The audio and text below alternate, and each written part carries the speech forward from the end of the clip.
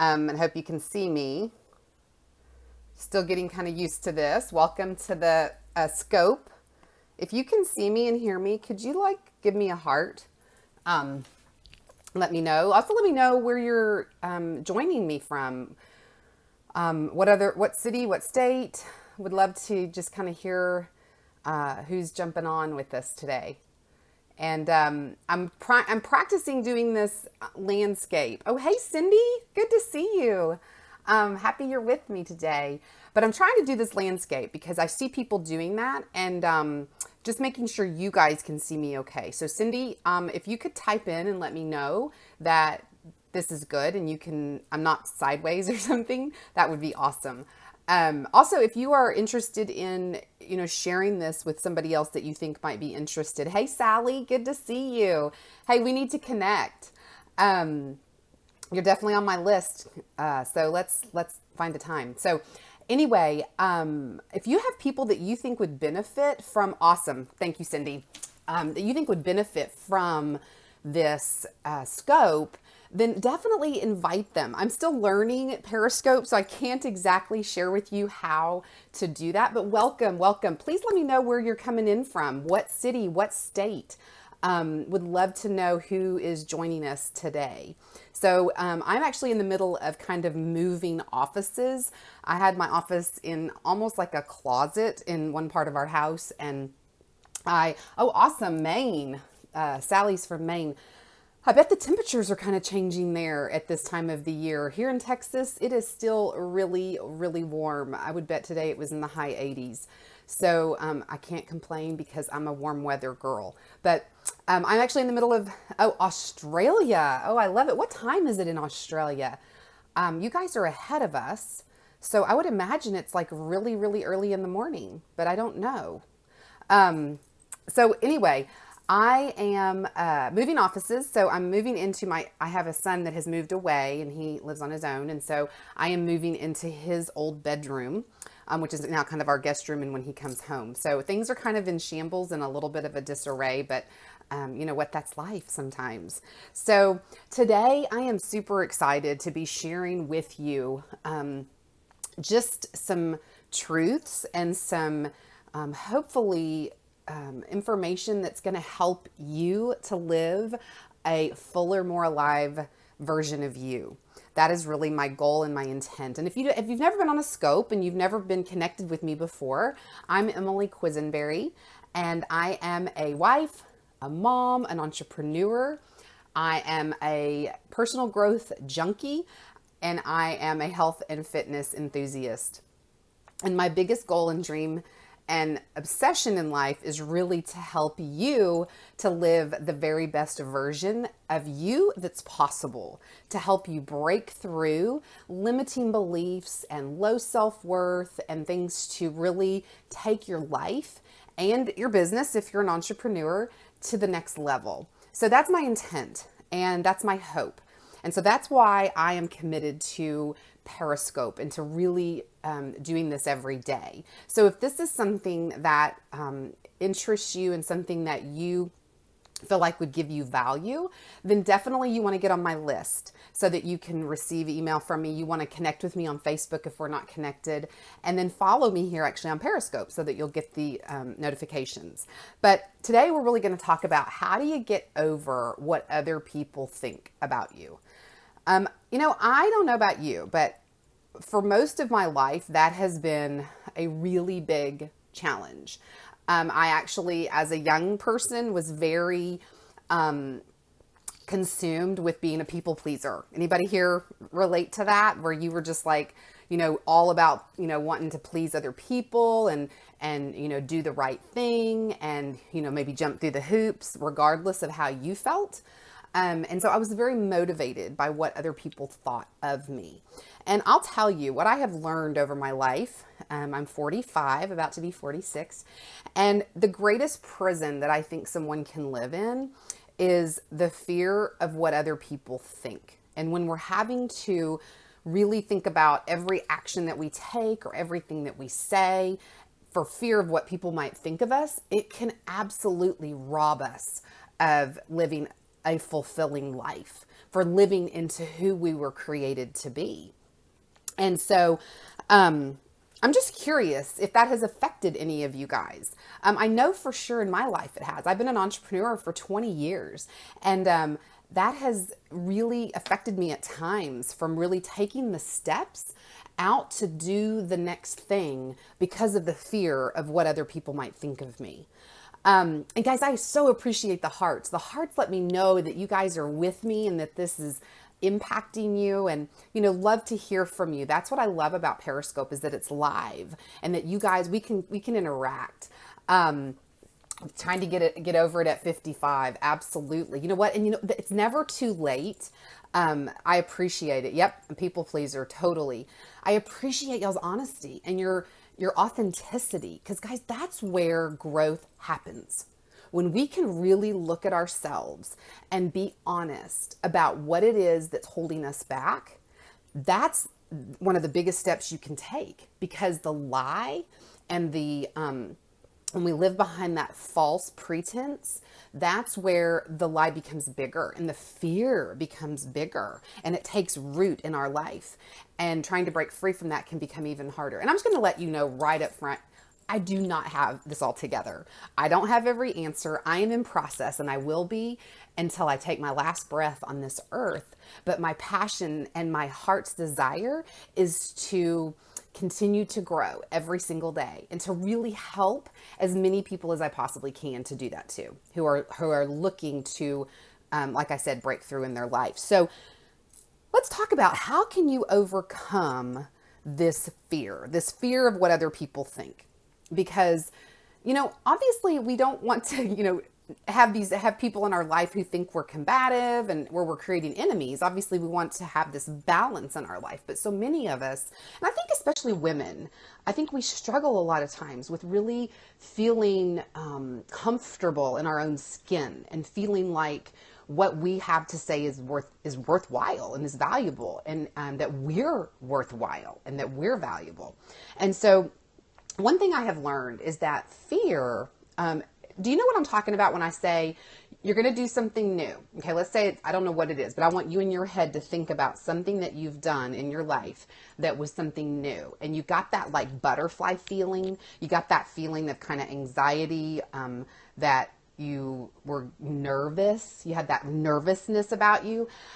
So for me, I can give you a great example. When I have been in my own business, I have been in network marketing off and on for the last 20 years. And so if I had somebody to call that was on my chicken list in the past, I would get that feeling of, I think I'm going to throw up. And it was making me really kind of sick. Now, why is that? Okay. Well, number one, the kind of the physical reason is that when we do something new, okay, something we've never done before. So if I'm calling someone that I see as really super professional and successful, and somebody that might be above the kind of person maybe I would normally talk with, that's new, right? It's a new, it's a new thing that I'm going to do. Well, our body, God created our minds to really protect us if we're going to do something new, so that we basically, our brain just warns us with that kind of feeling of anxiousness that, hey, this is something new. You might just tread cautiously here, because, it could hurt you, right? But we know that picking up the phone and calling somebody isn't going to hurt us. So once we can kind of realize that, then it should all be good, right? We should be able to do that scary thing or that thing that makes us fearful, but we don't. So why is that?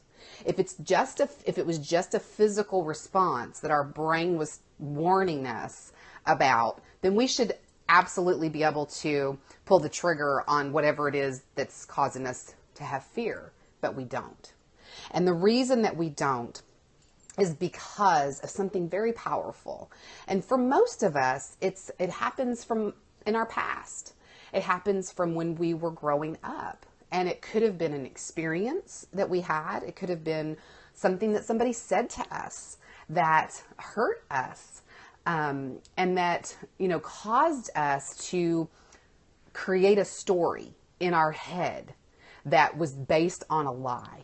And then guess what? We continued to live into that through our, growing up years and into adulthood. And guys, that is the truth of what happened to me. And maybe you can relate to that. I can remember being in elementary school and a boy on the playground saying something really unkind to me, hurtful to me. And the very first time in my life, it made me question my value and my worth. And so at that point, I made a decision that the way to have people like me would be to be a people pleaser and to do the things that that I thought would make people happy, because I surely didn't want to feel that way. But what happens is that lie that we believe takes on a life of its own. And it really can cause us to just be paralyzed with fear for what people will think of us. So what ends up happening when we're a child or when we're young and we hear something that's a lie or something about us that isn't true, that makes us question our value and our worth, then we start to think in our head, there's two ways that I can be okay. Number one is if I perform, right? If I perform well. And the other way is that if people think well of me. And a lot of times those go hand in hand. It did for me. I was very performance based. I didn't feel okay about me unless I was doing well and achieving I was a perfectionist. I still can be. I'm a recovering perfectionist. I'm a recovering control freak. All of those things because of lies, guys, that I believed in my early life that were not based on the truth. And the thing is, if you are struggling with fear in your life in any capacity, it's usually because of a faulty belief about ourselves. And I just want you to know that your worth and your value is secure. It's not contingent on what someone thinks of you. It's not contingent on your performance. It's not contingent on the way you look. It's not contingent on how well you've done in your business or your job or anything at all. Your worth and your value is secure. Your significance is secure. And there's nothing that you can do to change that. For me, I have a very strong faith, and that's going to run through everything that I do and everything that I talk about. And, that may not be you, and that's okay, but I have to share with you from my heart where I'm coming from and the difference that knowing that truth, that my worth is secure because of what God has done for me and just because He created me. Guys, that's freeing. That's where real freedom comes. And that's the message that I want you to get today. So how do we get over this fear? If we have this faulty belief from when we were young and we had this thought that was put into our head, maybe through an experience or through something someone said to us, and then that thought became a belief, and then that belief became our actions, and our actions became our habits, and our habits became our results. And then we continue to live into that pattern through our life. What are we going to do? How do we change it? How do we get over that fear? Well, the number one thing we have to do is decide. We have to decide that we're not going to live in captivity to fear anymore. We're not going to live in that prison that we've created really based off of lies and faulty thoughts. Okay. Number two, we got to look at the past, and we even have to look at the present. Maybe you're living in a circumstance right now that's feeding into lies, that's feeding into that belief system that you're not okay. And guess what? You are. God made you exactly the way you are, and you are fearfully and wonderfully made. And it tells us in Scripture, in 2 Corinthians, that anyone that's in Christ is a new creation. Guys, that's your identity. That's my identity. So we have to look at those environments. We have to really decipher, where were they negative? What did we learn? What are we learning? How is that affecting us even today?